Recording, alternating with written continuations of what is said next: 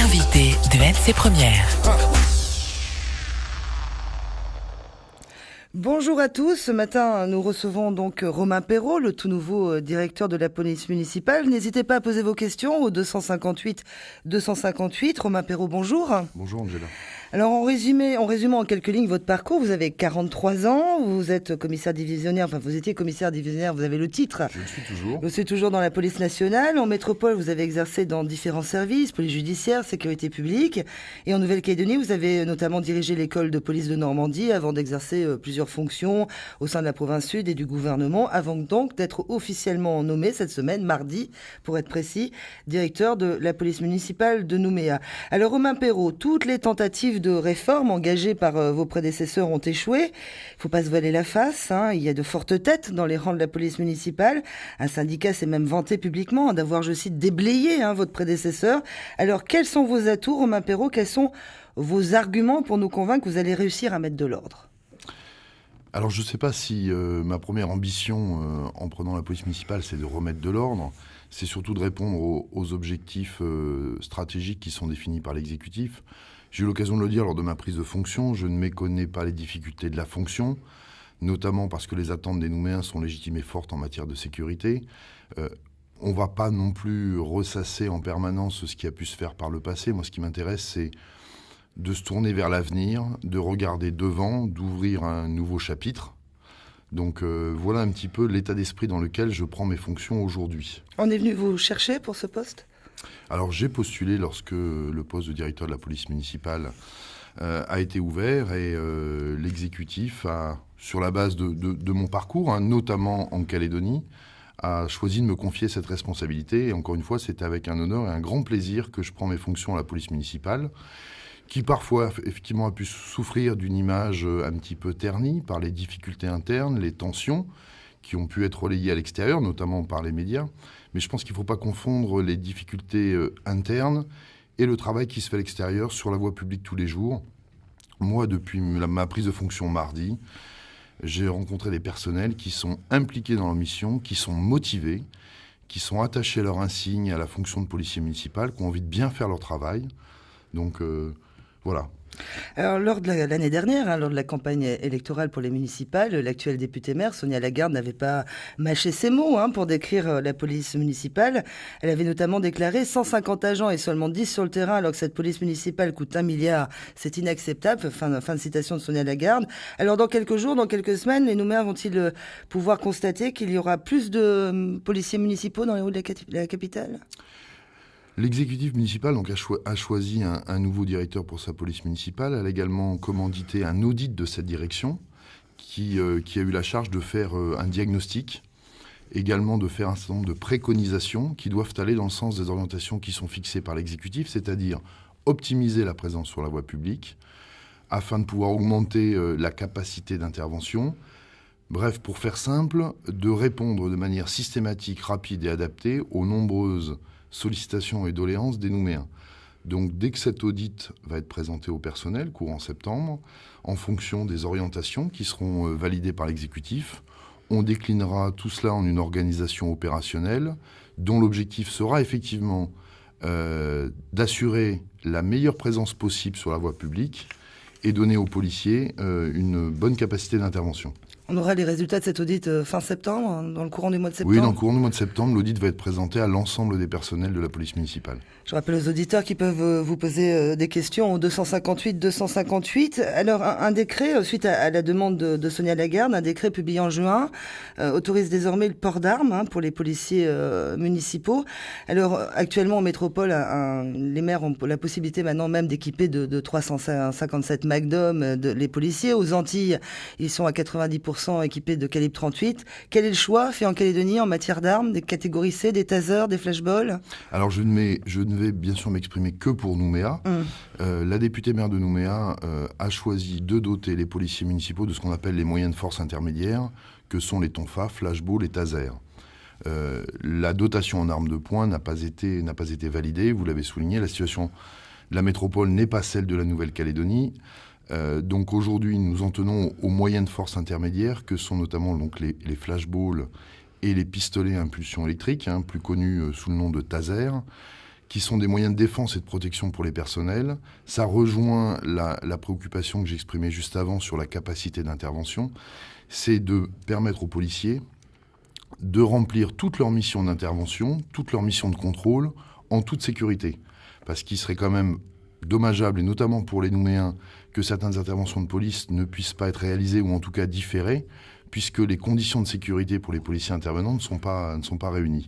Donc il est important que ces moyens de force intermédiaires puissent permettre aux policiers d'exercer toutes leurs missions en préservant leur intégrité physique, parce qu'encore une fois, il s'agit de matériels qui sont utilisés. Il y avait un policier qui avait été sérieusement blessé l'année dernière au lotissement des Gaillacs avec le sternum fracturé. Vous pensez vraiment que les tasers, ça sera suffisamment dissuasif, parce qu'on a une délinquance, même si la situation n'est pas comparable encore à celle de métropole, qui est de plus en plus virulente tout de même? Alors le terme que vous utilisez est important, vous avez parlé du terme de dissuasif.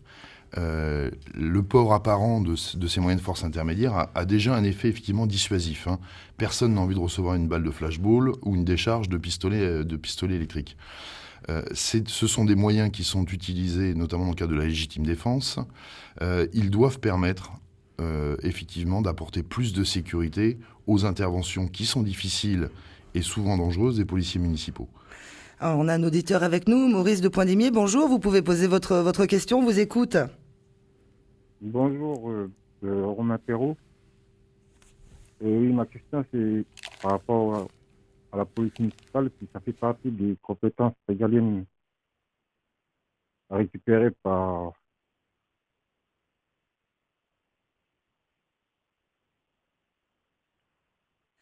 Oui, pardon. Récupérées par la Nouvelle-Calédonie. Voilà, merci Maurice pour votre question. Vous n'avez pas pu entendre le début, on avait un petit souci technique. Alors Maurice de Poindimier, vous demandez, est-ce que la police municipale fait partie des potentielles compétences régaliennes que peut récupérer la Nouvelle-Calédonie? Alors, la police municipale est depuis très longtemps, c'est historique, une compétence du maire. Elle fait partie aujourd'hui de ce qu'on appelle les forces de sécurité intérieure. Elle est régulièrement citée comme la 3e force de sécurité intérieure aux côtés de la police nationale et de la gendarmerie. Mais il n'y a pas lieu de la transférer puisqu'elle est déjà de la compétence des maires des communes. Alors, vous parliez tout à l'heure d'un nouvel équipement pour les policiers municipaux. Ça a été parfois décrié. Est-ce qu'il va y avoir une formation de mise en place, quelque chose de sérieux? Parce qu'on met quand même des armes dans les mains de personnes qui n'ont pas été au départ formées pour ça. Est-ce qu'il n'y a pas un petit coup de rappel aussi à faire en termes de formation pour la police municipale de Nouméa? Alors, Est-ce que ça fait partie de vos projets? Alors, évidemment, on va bâtir un plan de formation qui va inclure cet armement, mais pas seulement. Concernant cet armement, c'est pour ça que tout à l'heure je parlais de moyens de force intermédiaires ou de matériel de défense et de protection, parce que le terme armement peut être un petit peu trompeur. Il y aura bien évidemment une formation d'habilitation individuelle, avant éventuellement une habilitation personnelle qui sera délivrée par le représentant de l'État, c'est-à-dire le haut-commissaire de la République. Cette formation va être assurée par l'école de la police nationale de Normandie, comme c'est prévu par le décret de juin 2015. Donc il y a des contenus extrêmement précis, il y a des durées. Cette formation est destinée à s'assurer que le personnel qui va porter ces armements a la maîtrise technique de l'outil, connaît les cadres juridiques d'intervention et sait faire preuve à la fois de discernement et de proportionnalité dans leur usage. Donc c'est une formation qui est extrêmement encadrée, et si à la fin du stage l'agent ne démontre pas toutes ses capacités, il ne sera pas habilité. Donc je pense que c'est important de le montrer. Les policiers municipaux vont bénéficier très exactement de la même formation que celle dont bénéficient les policiers nationaux lorsqu'ils sont habilités au taser ou au flashball. Avec nous un auditeur, Jacob de Nouméa. Bonjour Jacob, on vous écoute. Vous pouvez poser votre question. Oui, tout d'abord, bonjour Angela Parmery. Bonjour. Ouais, bonjour aussi à Romain Perrault. C'est vrai que c'est pas une tâche facile. Et donc, tout d'abord, mais c'était pour le féliciter. Donc, c'est vrai que c'est pas une tâche facile envers cette population. Et donc, c'est une mission qui doit accomplir, quoi, pour toute la population de la Nouvelle-Calédonie et de la ville de Nouméa. Voilà, je voudrais seulement l'encourager et puis le remercier. Écoutez, c'est très gentil à vous. Je vous remercie beaucoup de ce message d'encouragement. La police municipale, j'ai déjà eu l'occasion de le dire dans mes premières interventions, elle doit être un acteur central de la préservation du bon ordre, de la tranquillité, de la sécurité publique. Elle est au service de Nouméa et de ses habitants. Donc, merci de vos encouragements. Encore une fois, même si la perfection n'est pas de ce monde, j'ai découvert depuis 3 jours une boutique extrêmement motivée et centrée sur ses actions. Donc, la police municipale, elle est au cœur de la cité, elle va y rester et elle va faire de son mieux pour apporter la sécurité que sont en droit d'attendre les habitants de Nouméa. Alors justement, vous avez pris la température depuis quelques jours. Comment vous êtes accueillis par les syndicats, par les personnels? Comment vous sentez les choses?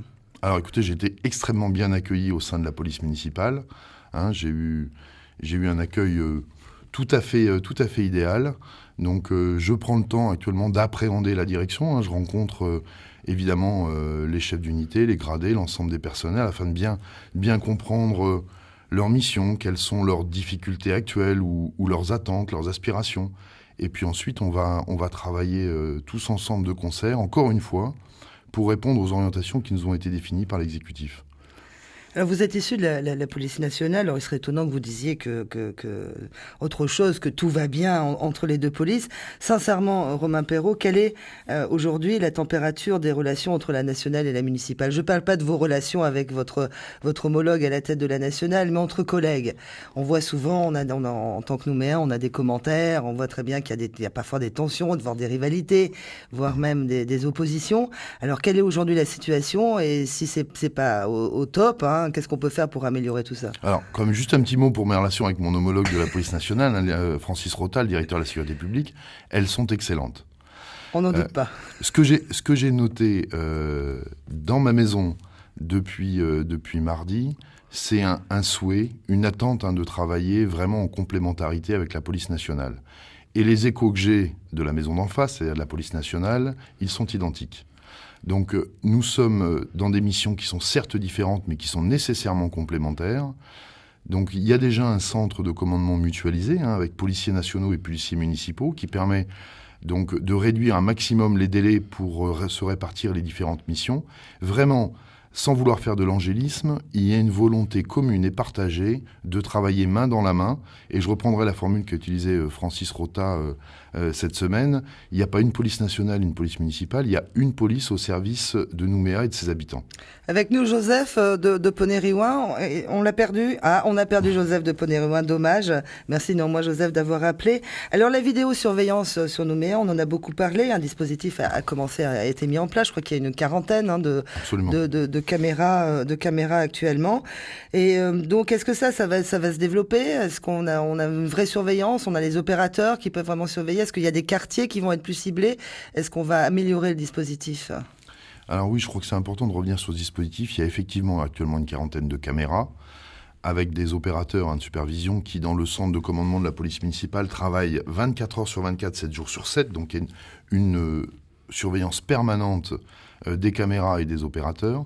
Et ce dispositif va être renforcé, puisque pas plus tard que cette semaine, j'ai eu une réunion avec la députée maire sur une nouvelle tranche de déploiement qui devrait commencer fin d'année, début d'année prochaine. On aura entre 12 et 15 nouvelles caméras en fonction des faisabilités budgétaires et techniques qui sont en cours d'évaluation actuellement, afin de finir de la couverture du centre-ville et d'améliorer la couverture également de certains autres secteurs de Nouméa.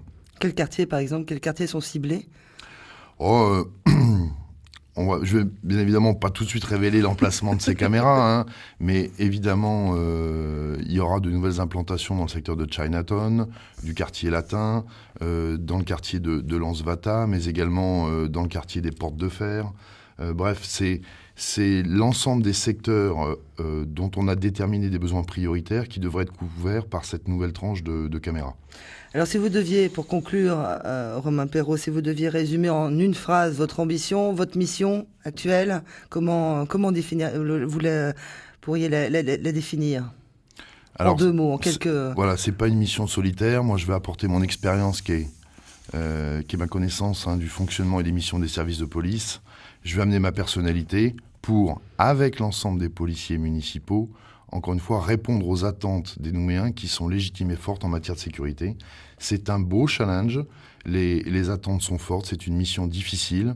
On est parfois critiqué, mais on a des missions qui sont exorbitantes du droit commun, donc c'est normal qu'on soit plus regardé, plus contrôlé.